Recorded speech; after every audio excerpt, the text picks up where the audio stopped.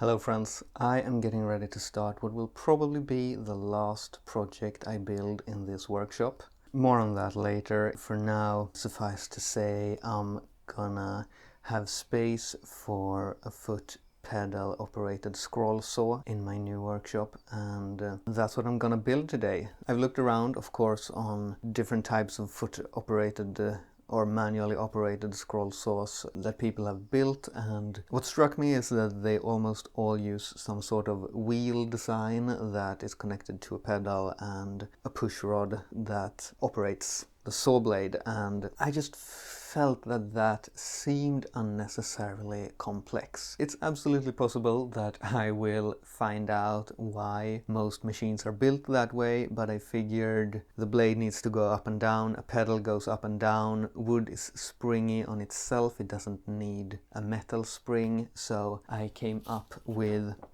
a highly simplified design that is just the bare minimum of moving parts, and try to focus instead on making it as sturdy as possible to minimize the vibrations during sawing. One thing that I am aware of that I'm gonna say right now is that this type of saw will have the blade not at a constant tension. It will always be under tension, but the amount of tension will vary throughout the stroke. Maybe that is a bigger disadvantage than I'm anticipating, but there's only one way to find out, and yeah, today I'm gonna build it. Here's a closer look at the drawing. It's not the clearest, but I'm imagining a tripod kind of construction with front legs at either side of the foot pedal and a large pillar at the back that everything is anchored to. Because of its role as backbone and how many other parts will join to it, I decided to start with a column, and I had a piece of pine 4x4 post that will work perfectly there once it's been cleaned up. I found the high spots with winding sticks and brought them down with a number 6, and then took a few shavings with a number 7 and made two sides square to the first flat face.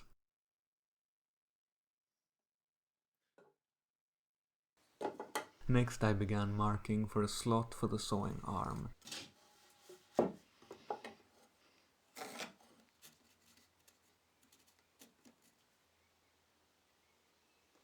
I centered the arm on the post and marked its width, then set my marking gauge in the knife nick and scribed my lines.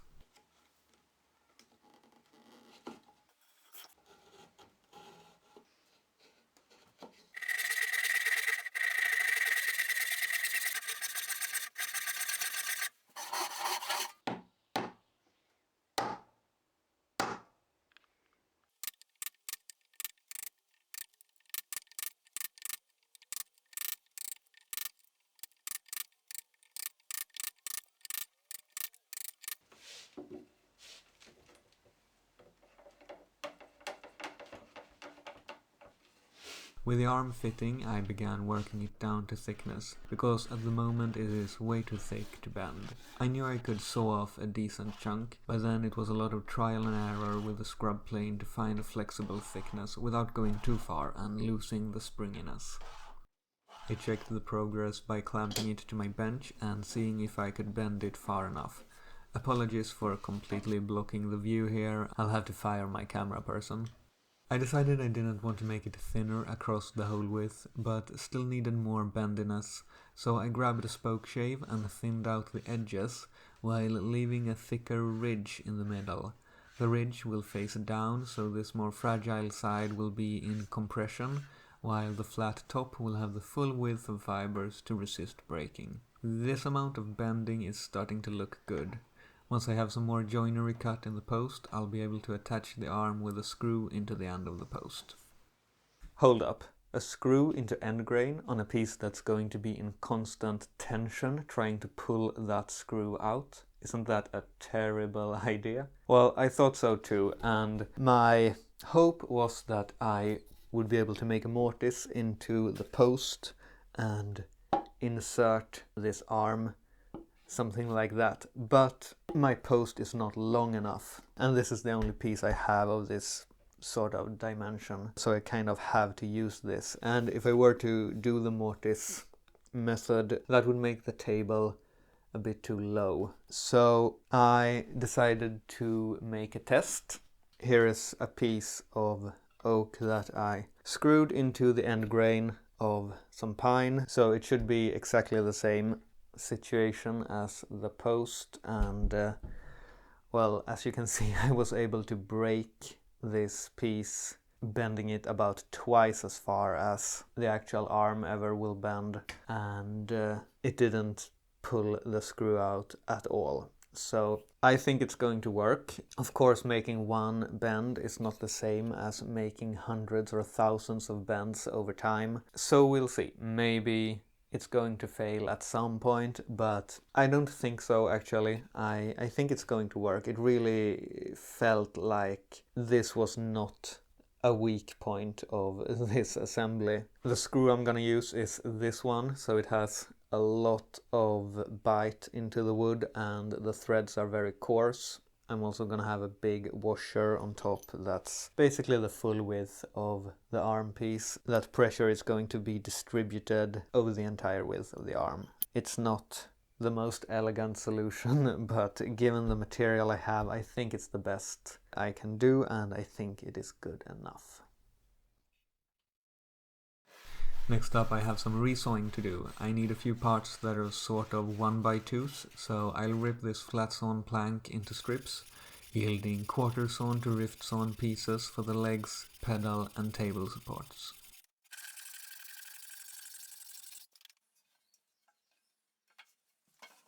After letting them rest for a bit to relieve tension, although quarter sawn pine is exceptionally stable, I noted some high spots with the winding sticks and planed them flat.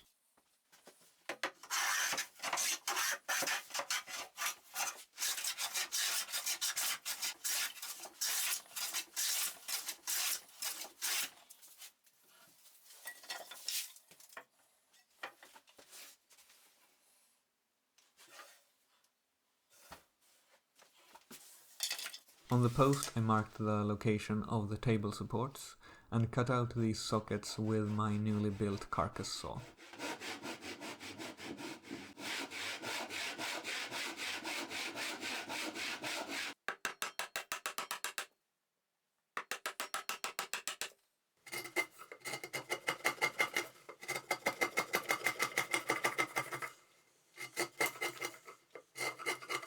I'm also gonna need a diagonal brace for these supports, essentially a 2x4. I spent a lot of time in this project making my own dimensional lumber. It's partly about using material I already have, and partly about getting slightly more stable wood. Construction lumber is all spruce where I live, which is always super knotty and warped. Feels a bit more reliable to have straight-grained pine throughout, but it would be very easy to make this project from construction lumber if you want.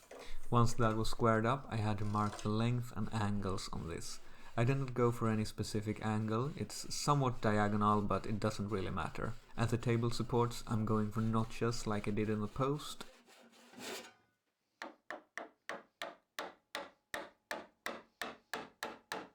And at the base of the brace, I'll make a dovetail.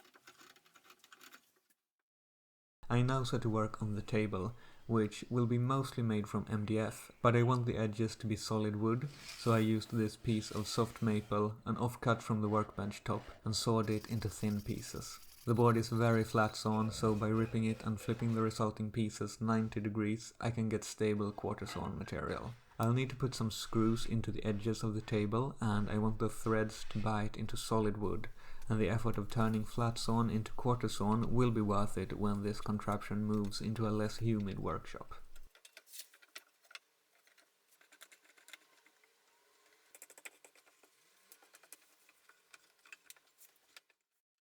I set to work on the front legs while that dried, marking out tenons on 2 of my previously prepared 1x2s.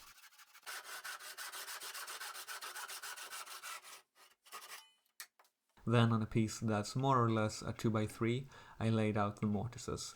This larger component is what will attach to the diagonal brace in the main structure. I bored out the majority of the material since this is such a short and deep mortise and would be hard to pry out the waste with chisel alone.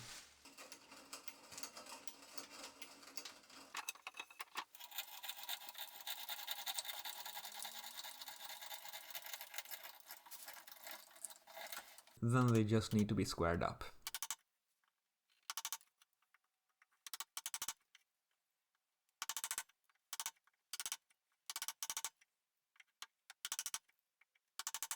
I used an offcut from the diagonal brace to mark out the center joint. This was easier than maneuvering the whole assembled main structure onto the piece.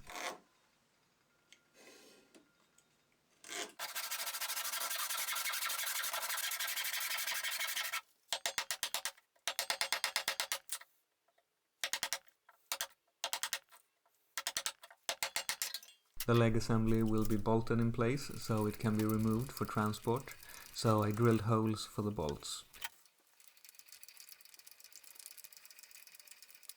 I then realized I need to have an angle here so the legs don't point out at 45 degrees or so, which would be excessive, so I carved away some more in this notch.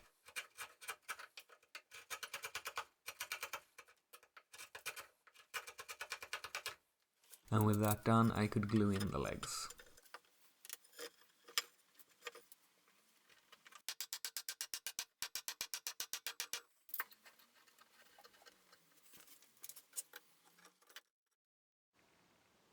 I dry fit the leg assembly onto the structure and mark the angle the legs need to be cut at.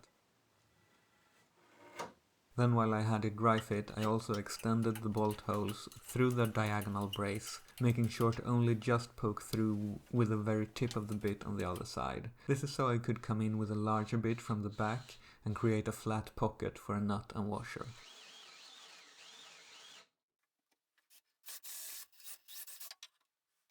The legs were then trimmed to length along the angle previously drawn and the edges lightly chamfered.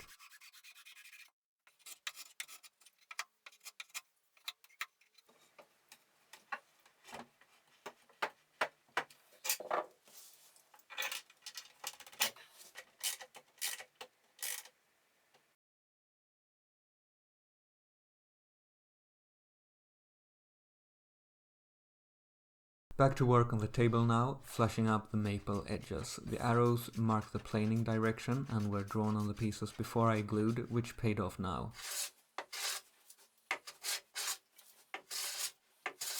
Once the edges were flattened, I squared up the ends. Next, I'll need some hardware for the tilting mechanism. This is a paper template for that. As you can see, I decided to limit the tilt to 25 degrees in order to bring the table closer to the supporting structure and thereby minimizing wobble. And from my research into double bevel marquetry, which is what the saw will be used for, that should be enough of an angle. I drew the rough shape in marker on a piece of 2mm aluminium plate and then scribed through the color around my template.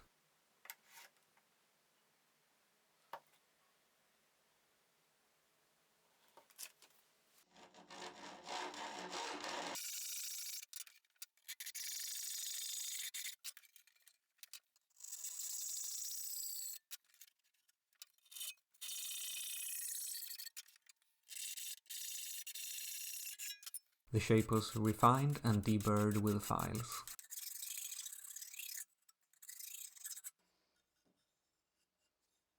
The table supporting pieces were now cut to length, and here you can see the first of my doubts that I would start to feel against this design. There is a lot of sideways wobble. Obviously this is far more aggressive sawing than the machine will ever do when finished, but still this didn't seem great. I carried on though and marked the ends of the table support on my template and transferred it to the aluminium parts.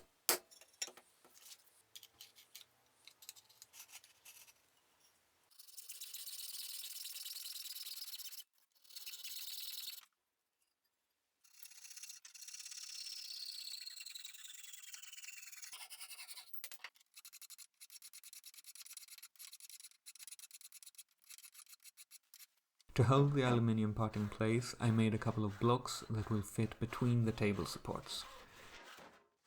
I trimmed the blocks to length on the shooting board. I attached the front block so the metal plate will end up flush with the ends of the support arms.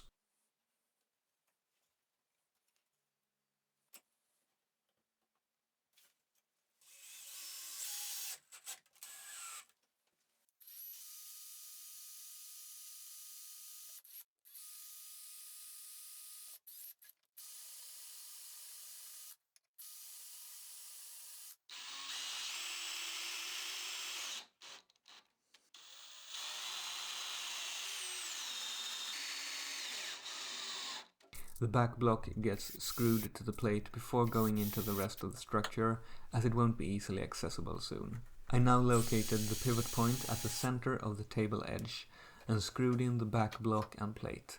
This way I don't have to measure the back plate's location along the supports, it just falls into place automatically.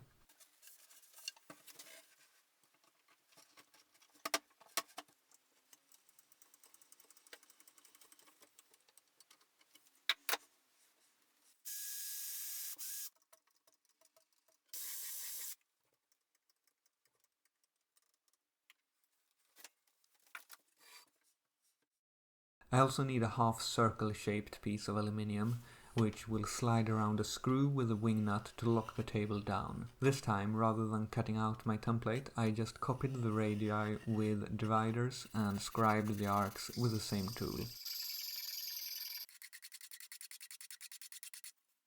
I tilted the table and held the aluminium part in place to mark the length of the slot I'll need to cut.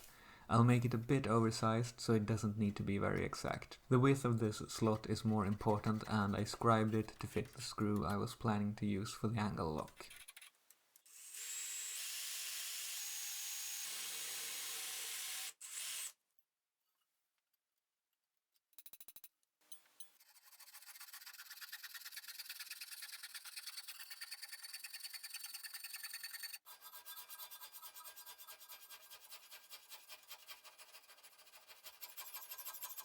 Next I set the table square to the structure and centered the aluminium arc so I could mark the screw locations.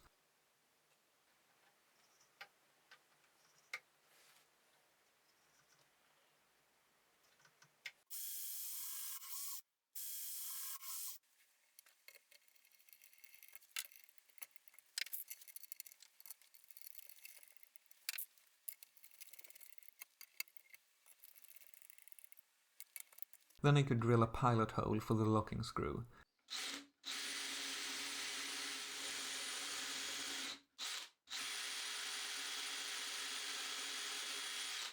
This is a type of screw often used in bed legs with coarse wood threads on half the length and a machine thread on the other half.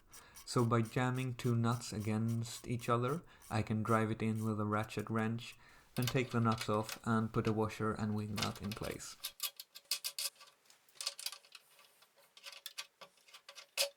And with that, the table tilting mechanism is complete.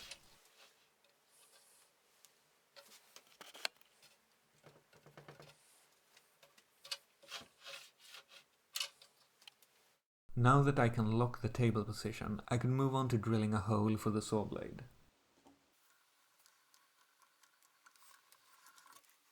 The drill bit is then used as a punch to mark where I'll have to create clearance in the support structure.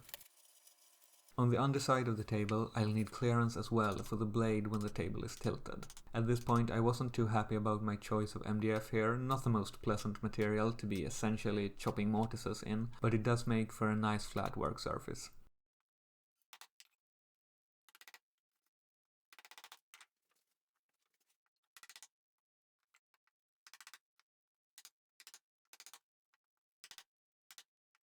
I cut off the back corners because I intended to place the scroll saw in a corner at an angle, and then I applied a coat of wax to both sides.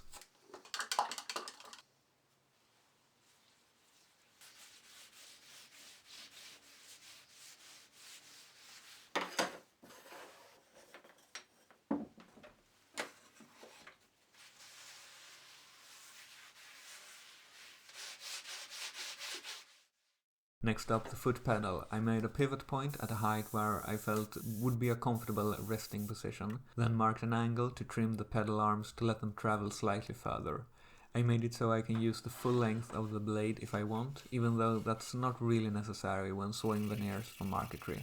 And in fact, I'll probably want to limit the stroke length a bit for reasons I'll touch on later in the video, making this step completely redundant. Looks kinda nice though.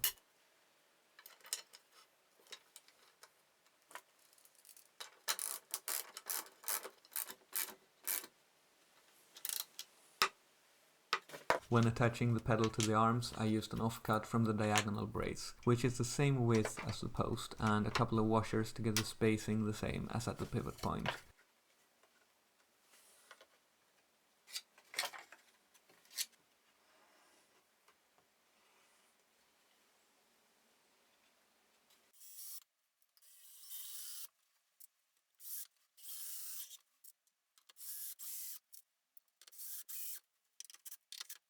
I then measured out the point directly below where the blade will go, and put in something to tie a piece of fishing line to.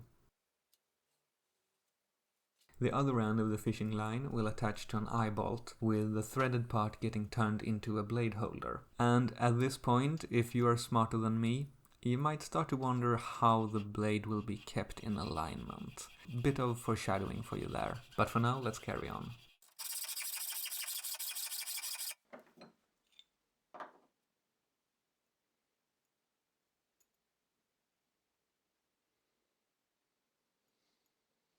The arm that holds the saw blade will also need a hole, and I made another bolt with a blade slot to go there and hold the upper end of the blade.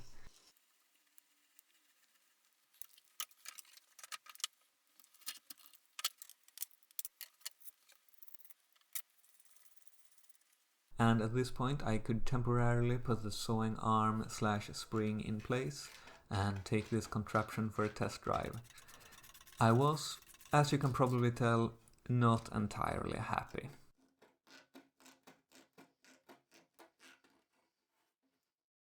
Alright, so it cuts.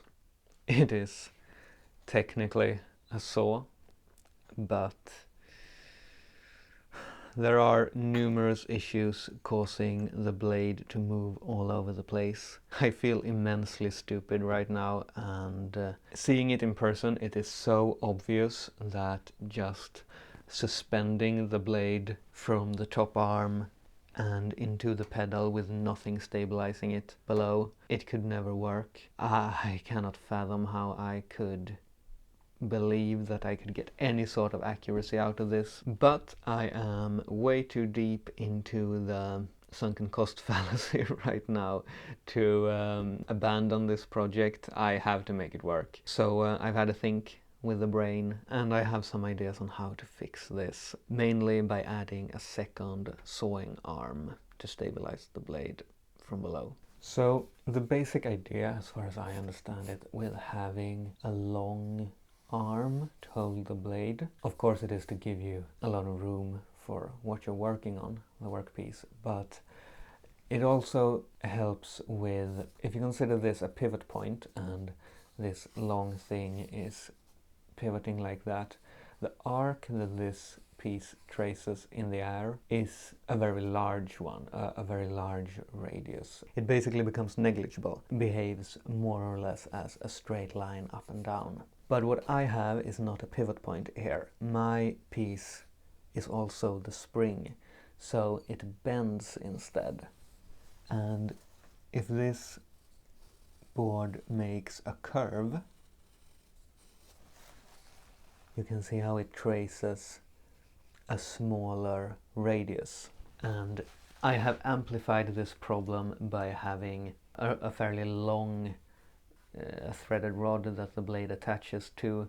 So moving from here to here, this is of course exaggerated now, but you can see how it makes a fairly long travel backwards.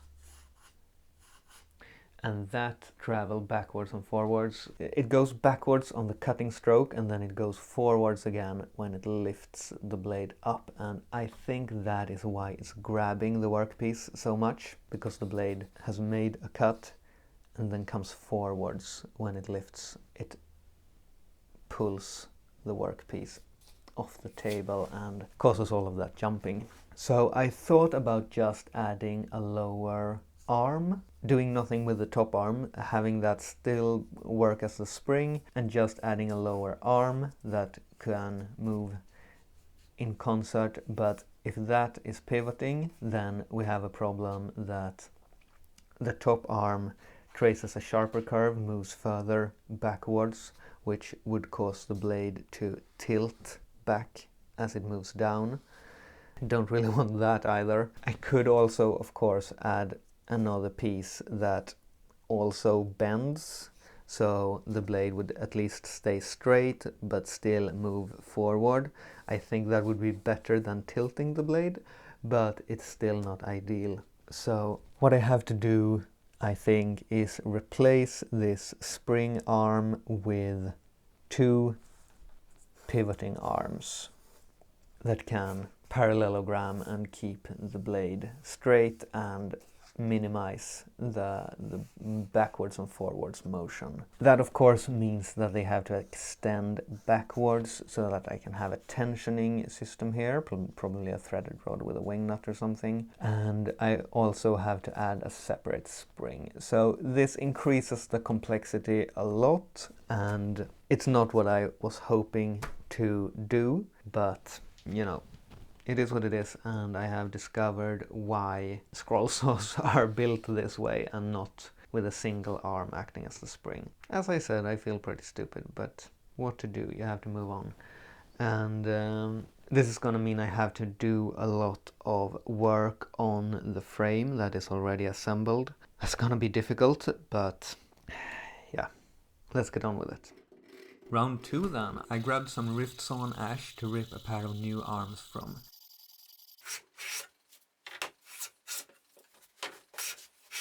And I cut a slot for the blade because this time I don't want to displace the blade from the arms. It will go right through them. I took an offcut of aluminium plate and scratched it up with a coarse file, so there will be some texture to bite into for a batch of slow setting epoxy. These plates will protect the wood from the pins in the end of saw blades, because I was planning to use the saw with pinned blades. At the point of recording this narration, I have actually modified it again to take pinless blades as well, which I will show at the very end of this video. But yeah, I did the same thing at the pivot point of the arms to reinforce the section where I'll have to drill a hole for a metal rod.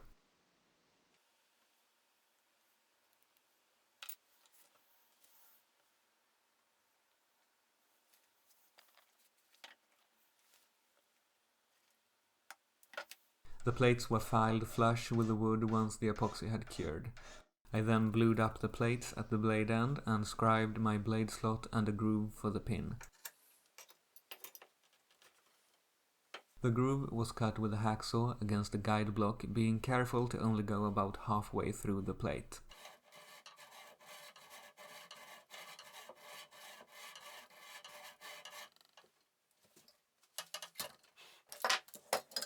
And the slot was cut with a fret saw so I could get a thinner kerf than with a hacksaw, for a slot with very little sideways play. On the pivot point plates, I squared a line across both arms at once, so the holes will be at the same distance from the blade. I really want to get these holes centered on my marks, so I used the awl to make a divot for the punch, which gives a starting point for a spot drill, which can then be followed by the final diameter drill bit.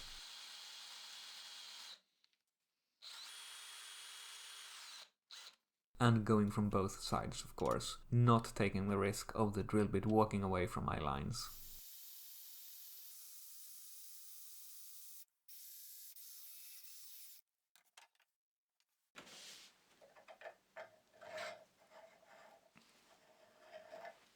Then I made the hole for the tensioning rod, and since I'm just going through wood here, no aluminium, I took the opportunity to use the brace again. So much nicer. These holes should be plenty oversized, so the arms can go out of parallel when loading up a blade without kinking the rod. Jumping over to the legs now, this is another source for shakiness, not really concerning the blade, but the whole saw as a system. You can see I tried to brace them diagonally with plywood gussets, but I can't put the brace further down than this, and being parallel for such a long distance, they want to shake a lot side to side. So I'm going to beef them up and also splay them out. Another thing I should have thought of from the beginning. Just how it goes with some projects, sometimes you focus so much on a core idea that you forget to consider basic practices when doing the stuff not immediately relating to the idea. And when I say you, I mean I. I do that, among other weird things like driving screws with a brace.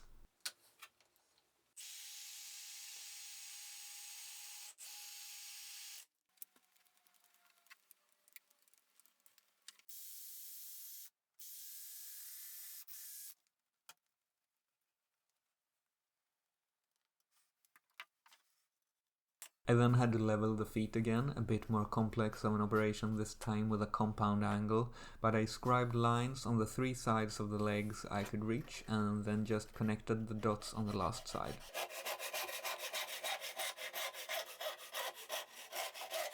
Finally, I reattached the leg assembly. With all the mistakes I'm doing on this build, I'm surprised this was bolted on and not glued. Next up, I need to make a slot in the large diagonal below the table for the lower sawing arm to move through. I located the center and marked the width of the slot off of the arm. I drilled a hole at the base of the slot because I can't fit a chisel in here to chop it out, and then sawed it.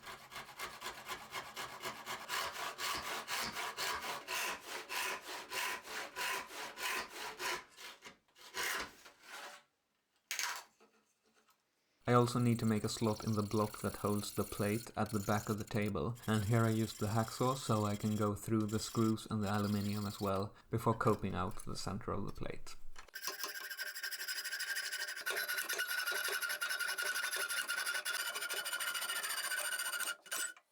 The final modification I have to make to the frame is a couple of large mortises in the column for the arms to pass through. I drilled out the majority of the material and then chopped from both sides for a clean rectangular through hole.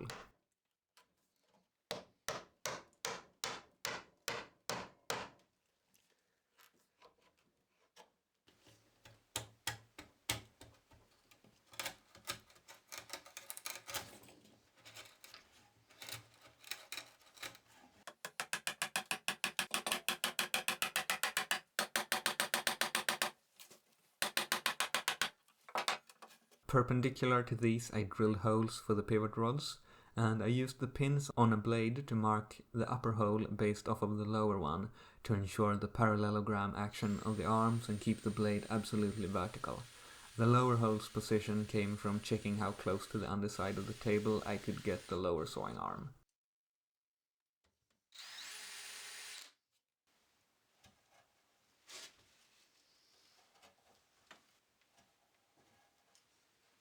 And then I could finally reassemble the now hopefully fixed foot-powered scroll saw. Steel pins go through the arms.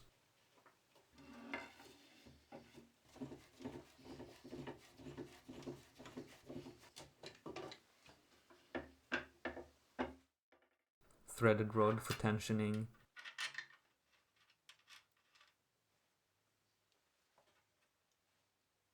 Blade is hooked into the lower arm, then pulled up and grabbed by the upper.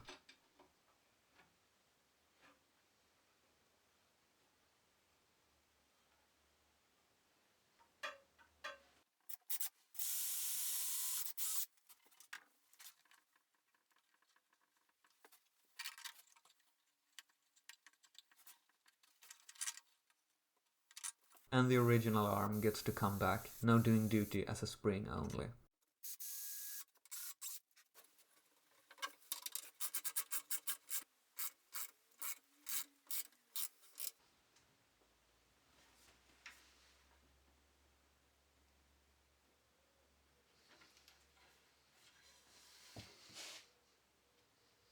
With the upper arm tied to the spring and the lower arm to the pedal, let's see if there will have to be a part 2 to this rescue or not.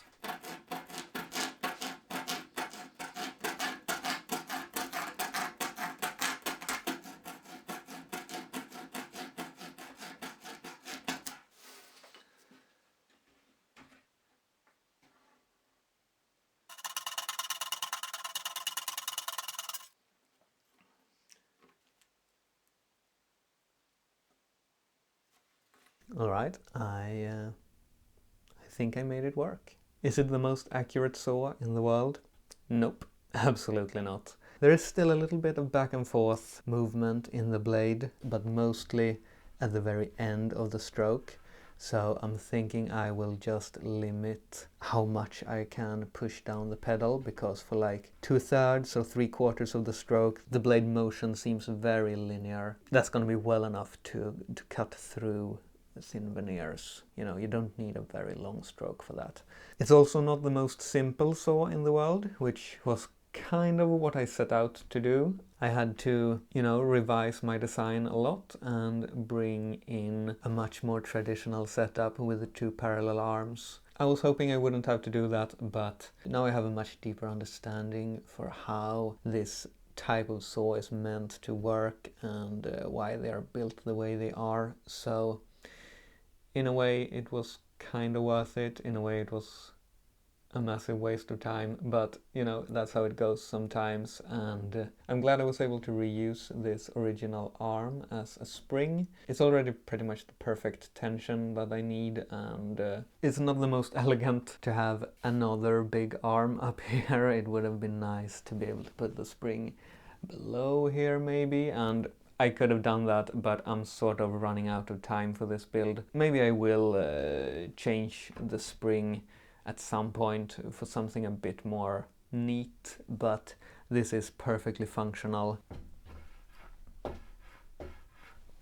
What more could you want from a spring? This project really got me thinking about how, in a way, all creative endeavors are really about problem solving, you know, whether you're writing a novel and trying to figure out how to bring your plot threads together, or making a painting and trying to nail that perfect light, or cooking a dish and trying to figure out what spices are gonna go well with your vegetables, or making a contraption like this and trying to make a wood behave the way you want it just for once. That problem solving is really why we do it, right? At least that's the way it is for me. And running up against these what feels at first like a brick wall that you just have no idea how to break through. It's just a matter of taking a step back and assessing the situation and figuring out what it is that doesn't work and why, and breaking it up into little sub-problems that you can solve one at a time. And that feeling when all your solutions come together and solves the problem, that's kind of what keeps me going. I don't know if that's the same for all creative people, but yeah, just a little bit of philosophy there at the end for you. Anyway, as I mentioned at the start of this video, this was the last build that I'm gonna make in this workshop. I have a pretty great new workshop that I'm gonna be moving into very soon. And next time I see you, I will be showing off that space. It's very different from this one in several good ways. So I'm very, very excited about that. Thank you for watching. Thank you for sticking with me through this project, and I'll see you soon. Bye.